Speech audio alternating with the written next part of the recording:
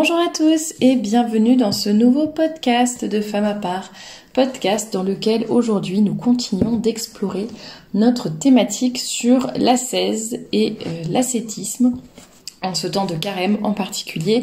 La semaine dernière, je vous ai parlé de l'ascèse, je vous ai donné la définition, je vous ai déjà aussi donné quelques pistes de réflexion par rapport à cette discipline de l'esprit et du corps. Donc si vous n'avez pas écouté le podcast de la semaine dernière, je vous invite à le faire puisqu'il complétera évidemment celui du jour.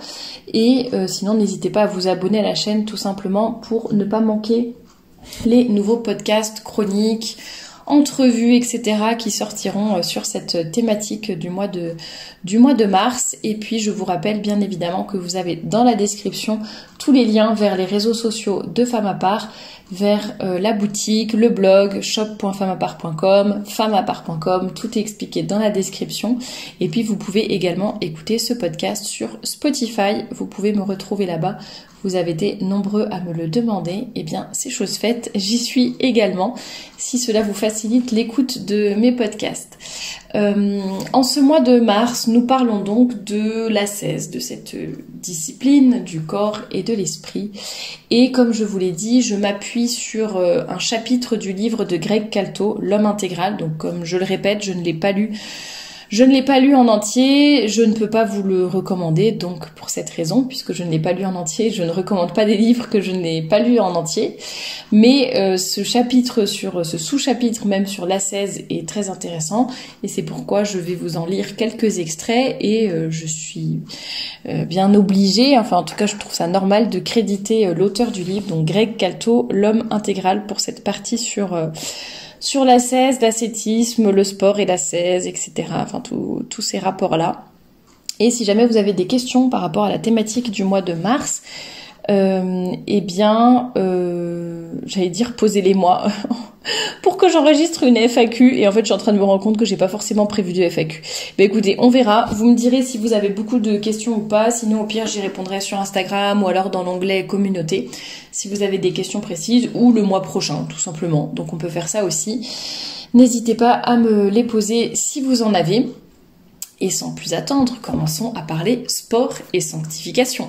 Je pense qu'il y en a peut-être qui automatiquement voient l'analogie, en tout cas moi elle me paraît assez claire, entre l'entraînement d'un sportif pour atteindre ses objectifs d'athlète et l'entraînement d'un catholique pour atteindre ses objectifs de sainteté, parce qu'en fait c'est plus ou moins la même discipline, mais nous allons en parler tout de suite avec quelques extraits de ce livre de Greg Calto.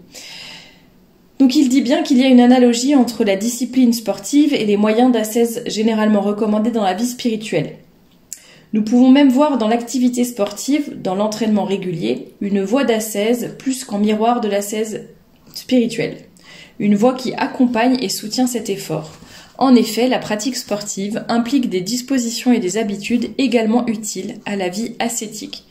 Donc là, il parle notamment du fait que ce soit dans la vie spirituelle ou dans la vie, dans la pratique sportive, on a, ces deux pratiques, on va dire, sont des exercices de la volonté qui vont forger notre persévérance, qui exigent de la régularité, de la fidélité, et ça c'est des choses dont nous avons besoin, bien évidemment, que ce soit lorsque l'on pratique un sport ou lorsqu'on essaie de progresser dans la vie spirituelle, qu'on essaie de dominer ses passions, etc., d'avoir plus de volonté. La pratique sportive requiert aussi une tension vers un objectif. Donc le salut pour l'ascète catholique, donc la sainteté, le salut, la vision béatifique, l'amour de Dieu, etc. Et le dépassement de soi pour le sportif. Donc en fait, que ce soit dans la vie spirituelle ou dans la vie sportive, il faut qu'on ait un objectif et qu'on l'ait devant nous. Qu'il soit toujours devant nous. J'ai écouté un podcast récemment d'un coach sportif, justement, d'un entraîneur, qui expliquait que, il n'avait pas forcément une vie facile, etc., à ses débuts. Et en fait, il disait qu'il avait toujours devant lui et c'est ce qu'il recommandait à tout le monde, d'avoir devant lui son objectif. Comme ça, il dit, même si je suis obligée de, comme il dit, d'avoir la tête baissée parce que voilà, je sais que je vais pas atteindre tout de suite mon objectif, il y a d'abord des obstacles à dépasser, etc. Mais quand je relève la tête, hop, je le vois mon objectif, je l'ai là, il est en face de moi et je peux avancer et avoir une motivation pour avancer. Donc pour le sportif, ça peut être une compétition, bien sûr, qu'il peut avoir.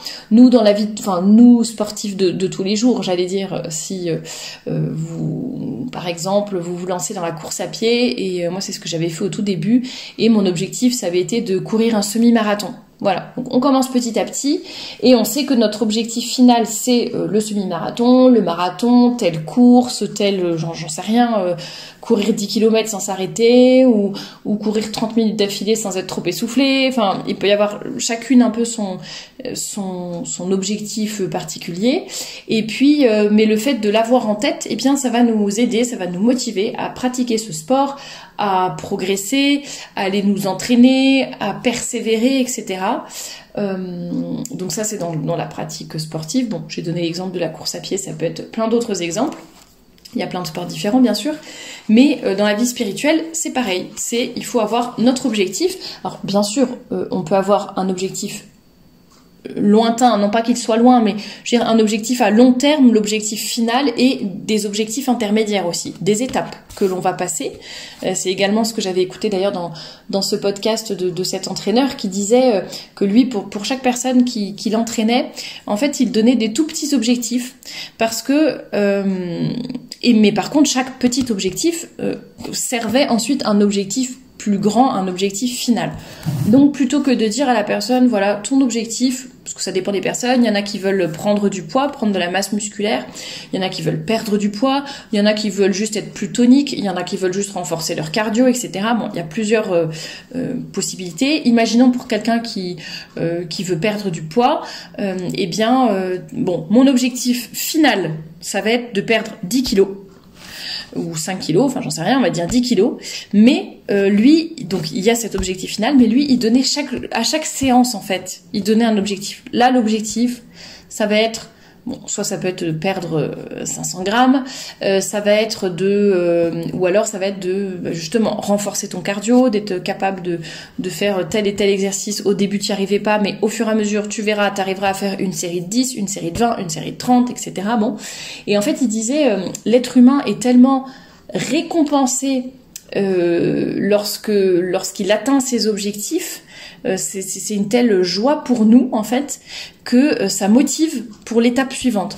Donc plutôt que de se dire bon allez, faut que je perde 10 kilos, c'est mon objectif. Et puis en fait 10 kilos ça se perd pas en 2 secondes généralement. Donc en fait on va avoir le temps de se démotiver, de ne plus avoir envie, de ne pas voir le bout, etc. Et on va arrêter.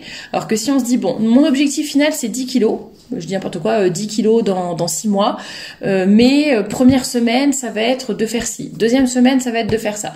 Troisième semaine, ça va être ceci, cela. Et en fait, on va passer des étapes petit à petit que généralement, on va réussir à atteindre ces étapes et à les réussir.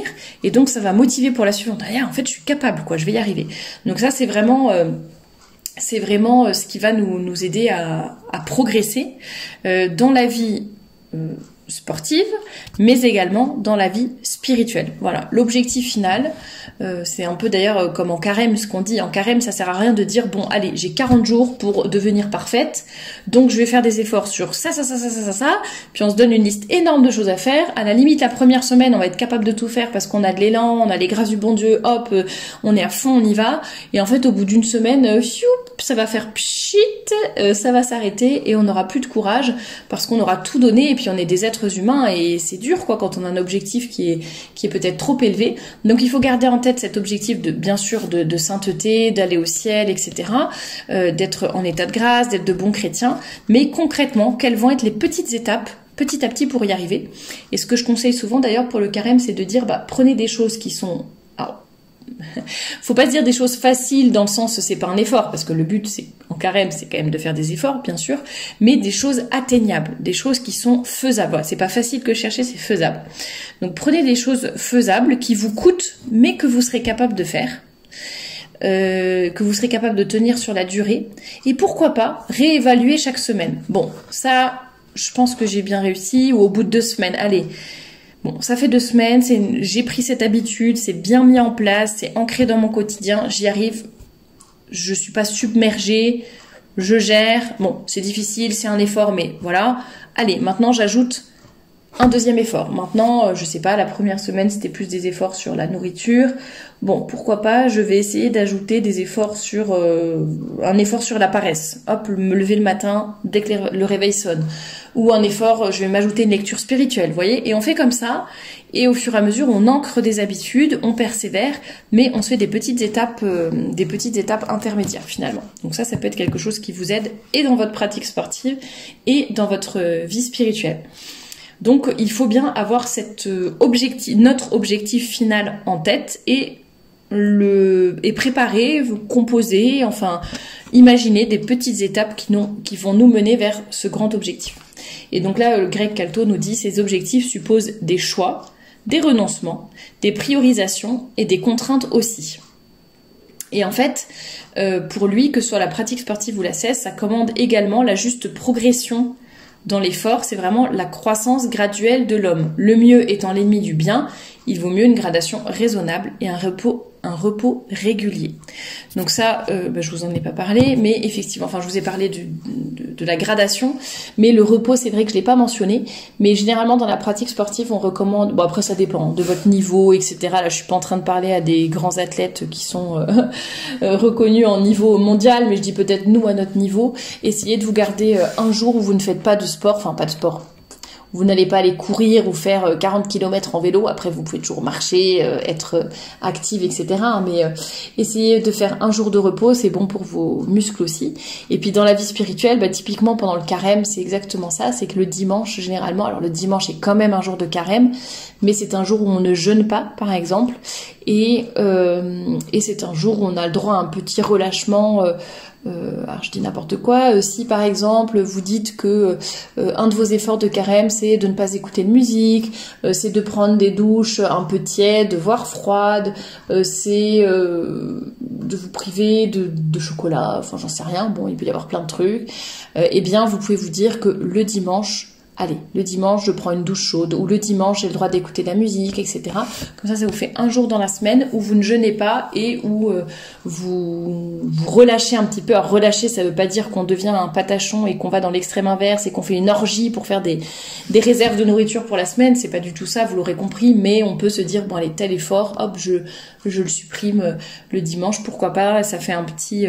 ça permet de ne pas être en tension tout le temps, et puis d'arriver jusqu'au bout de la course parce que justement on aura réussi à prendre un repos, alors un repos tout à fait sain, S-A-I-N, et mesuré. C'est comme si un sportif disait je fais tout être très très bien tout le temps, et par contre le dimanche voilà, encore une fois je mange n'importe quoi, je fais la fête toute la nuit, donc je vais manquer mon sommeil, etc.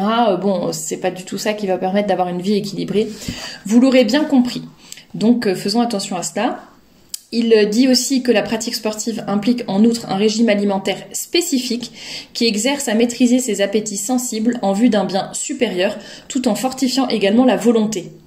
Le jeûne occasionnel ou la monodiète de l'ascète participe du même effet, celui de la maîtrise des passions. C'est exactement ça. On est en train de maîtriser son corps et de lui dire c'est moi qui décide, ça n'est pas toi, et ainsi on peut se dominer, que ce soit sur la paresse, la gourmandise, la luxure, tous nos péchés capitaux, la colère, etc. On va apprendre la tempérance, avoir de la volonté, progresser et avoir une certaine régularité également, et maîtriser ses passions de façon générale, donc que ce soit dans la pratique sportive ou dans l'ascèse, dans l'ascétisme.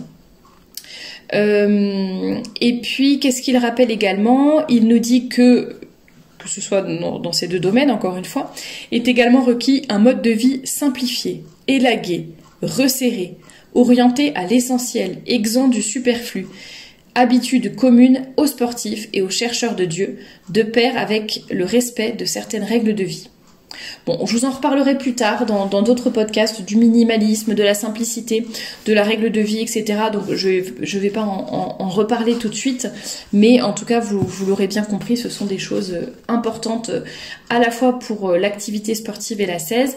Il parle également de l'entraide dans l'effort. Ça, je trouve ça très intéressant comme analogie entre l'activité sportive et l'ascèse chrétienne.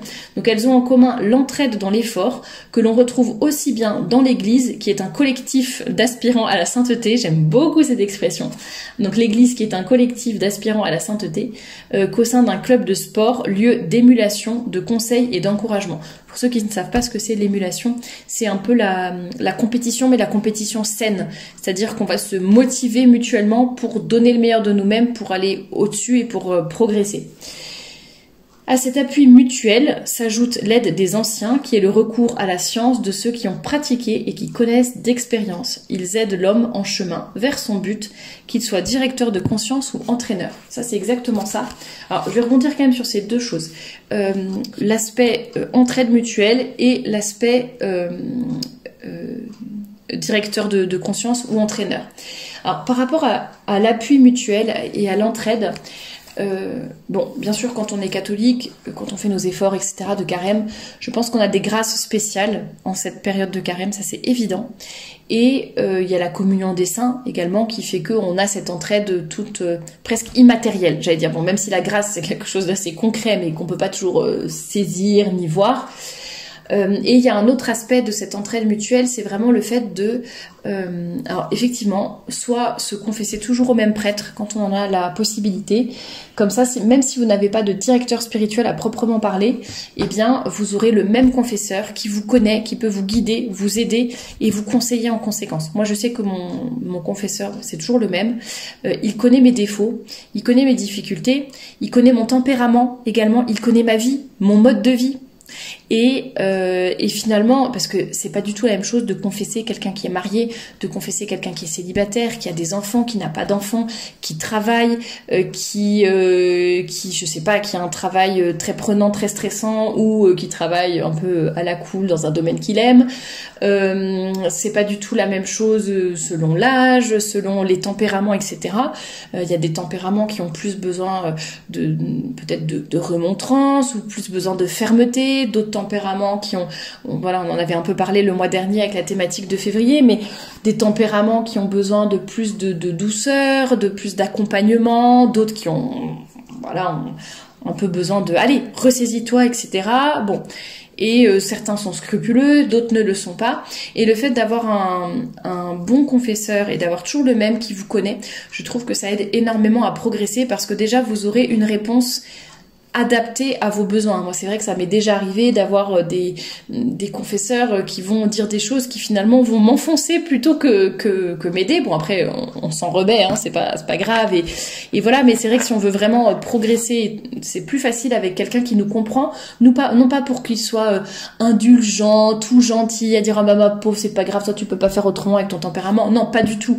Mais au moins, vous aurez le conseil et l'encouragement ou la punition, enfin punition c'est pas le mot que je cherche, mais l'effort qu'on va vous demander sera vraiment adapté par rapport à vous et va vous aider à progresser.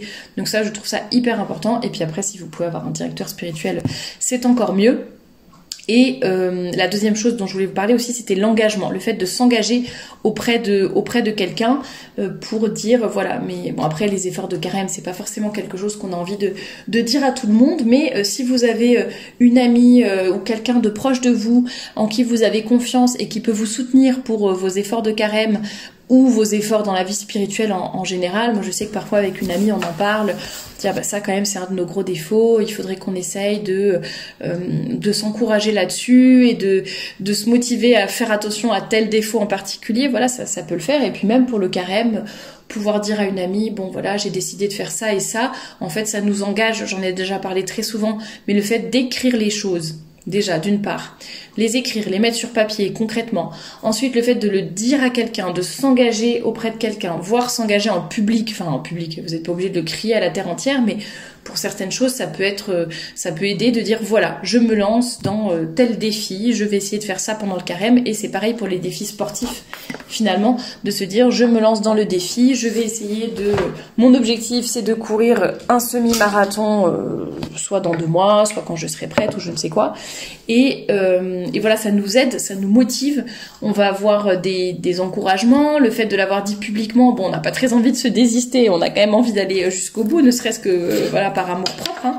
Mais voilà, donc ça peut être important dans les deux, que ce soit pour la pratique sportive ou l'ascèse spirituelle et les efforts que l'on fait pour devenir des saints, et bien le fait d'avoir un directeur ou un entraîneur, de s'engager publiquement, d'avoir cette entraide mutuelle et essayer de se tirer vers le haut, et bien c'est très important, bien entendu. Donc je vous encourage à mettre ces choses-là peut-être en pratique dans votre vie. Et qu'est-ce qu'il nous dit pour terminer ce sous-chapitre sur l'ascèse et le sport, enfin sur l'analogie entre l'ascèse et le sport?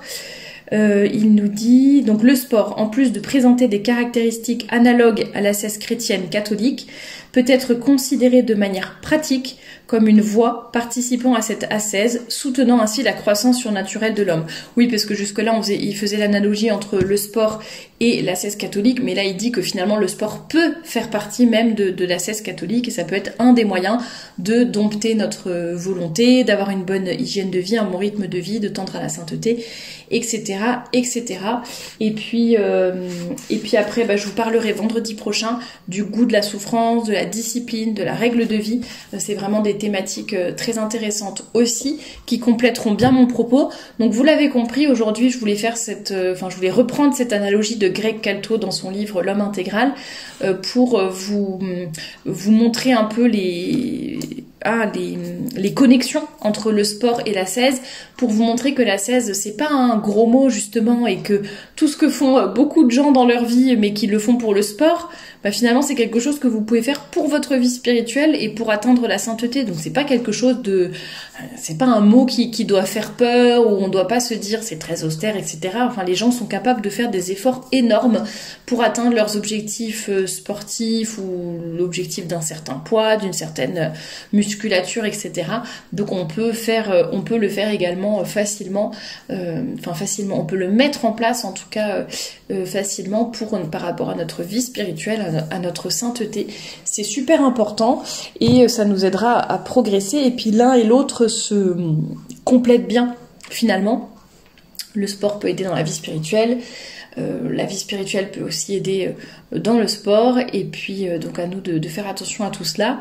Et puis si vous voulez un peu plus concrètement certains conseils sur le sport, sur la routine sport, etc., routine sportive, et bien n'hésitez pas à les regarder sur le blog, donc femmeapart.com.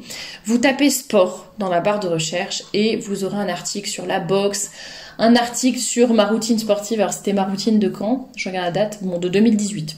Ça commence à dater un petit peu, c'est plus tout à fait la même routine sportive, mais ça pourra peut-être vous inspirer quand même. Il y a un autre article sur le sport, les bienfaits du sport, etc. Comment en faire un petit peu tous les jours, s'y mettre quand on n'a pas très envie, etc. Et puis de façon générale, j'avais fait aussi des articles sur la volonté, la motivation. Donc, si ça peut vous aider dans ce domaine, des articles sur le carême également. Donc n'hésitez pas à aller voir tout cela sur le blog femmeapart.com, le lien est dans la description.